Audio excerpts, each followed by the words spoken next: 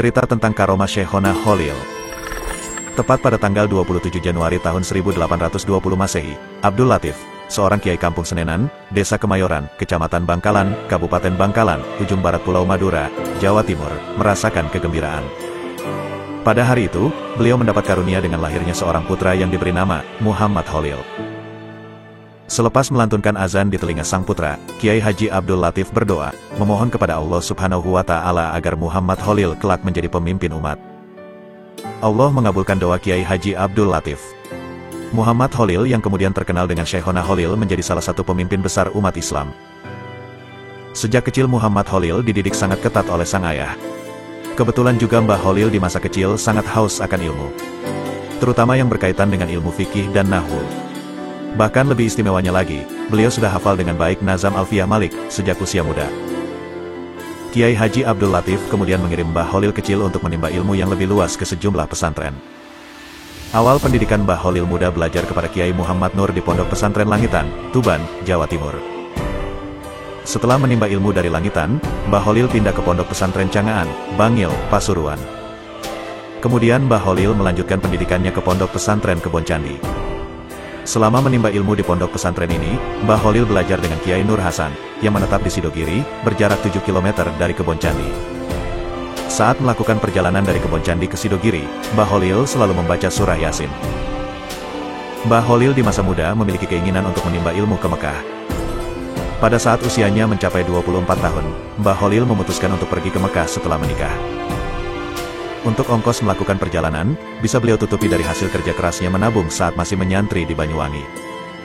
Selama melakukan pelayaran menuju Mekah, konon, Mbah Holil berpuasa. Hal ini disebabkan bukan karena untuk menghemat uang, namun tujuan ini agar dapat lebih mendekatkan diri kepada Allah, dan agar selamat sampai tujuan. Berikut karomah Mbah Holil yang telah kami rangkum dari berbagai sumber, diantaranya. Pertama, tertawa keras saat sholat. Pada suatu hari, saat melakukan sholat berjamaah yang dipimpin oleh seorang kiai pondok pesantren tempat Mbah Holil muda menimba ilmu, beliau tertawa cukup keras. Setelah selesai sholat, kiai tersebut menegur Mbah Holil atas tindakan yang ia lakukan memang dilarang dalam Islam. Syekh Holil pun menjawab hal yang menyebabkan ia bisa tertawa keras. Ketika sholat berjamaah berlangsung, beliau melihat berkat, yakni makanan yang dibawa pulang sehabis kenduri ada di atas kepala sang kiai. Mendengar jawaban itu, sang kiai sadar dan merasa malu atas sholat yang ia pimpin, karena sang kiai ingat bahwa selama sholat berlangsung, dia merasa tergesa-gesa untuk menghadiri kenduri sehingga mengakibatkan sholatnya tidak khusyuk. Kedua, dapat membelah diri. Mbah Holil memiliki kemampuan yaitu membelah diri. Beliau bisa berada di beberapa tempat dalam waktu bersamaan.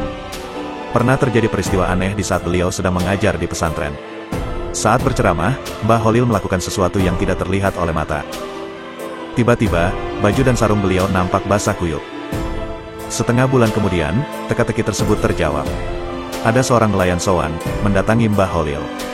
Dia mengucapkan terima kasih kepada Mbah Holil karena sudah menolongnya di saat perahunya mengalami pecah di tengah laut. Ketiga, ditangkap lalu dibebaskan oleh Belanda. Syekh Holil pernah ditangkap oleh Belanda, karena dituduh melindungi beberapa orang yang terlibat perlawanan terhadap kolonial, di pondok pesantren beliau. Pada saat ditangkapnya Syekh Holil, terjadi hal aneh yang tidak bisa mereka mengerti. Seperti tidak bisa dikuncinya pintu penjara, sehingga membuat mereka harus berjaga penuh, agar tahanan tidak melarikan diri. Banyak orang yang berdatangan untuk menjenguk Syekh Holil dan memberi makanan. Bahkan sampai banyak orang yang meminta ingin ikut ditahan bersama beliau. Kejadian tersebut, membuat pihak Belanda merelakan Syekh Holil untuk dibebaskan. Keempat, ke Mekah naik kerocok. Pada suatu sore, di pinggir pantai daerah Bangkalan, Syekh Holil ditemani oleh Kiai Syamsul Arifin, salah seorang murid dan sahabatnya. Mereka membicarakan urusan pesantren dan persoalan umat. Tanpa terasa, waktu sudah berlangsung lama dan matahari hampir terbenam. Tiba-tiba Kiai Syamsul berkata, "Kita belum sholat asyar, Kiai." Syekh Holil pun langsung beristighfar menyadari kehilafannya.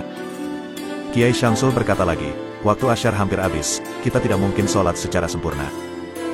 Akhirnya Syekh Holil meminta Kiai Syamsul mengambil kerocok, sejenis daun aren yang bisa mengapung di atas air, untuk dipakai ke Mekah. Setelah mendapatkan kerocok, Syekh Holil menatap ke Mekah, dan tiba-tiba kerocok yang ditumpanginya melesat dengan cepat ke arah Mekah. Sesampainya di Mekah, azan sholat asyar baru saja dikumandangkan, dan mereka mendapatkan saf pertama, sholat asyar berjamaah di Masjidil Haram. Kelima, debat kepiting dan rajungan.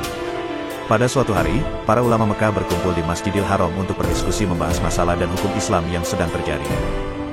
Semua persoalan didiskusikan tanpa hambatan, dan selalu mendapat solusi serta kesepakatan semua ulama.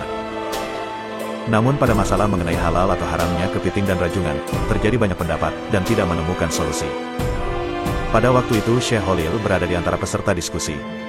Melihat jalan buntu, beliau lalu minta izin menawarkan solusi untuk masalah tersebut. Akhirnya, Syekh Khalil dipersilakan naik ke mimbar oleh pimpinan diskusi.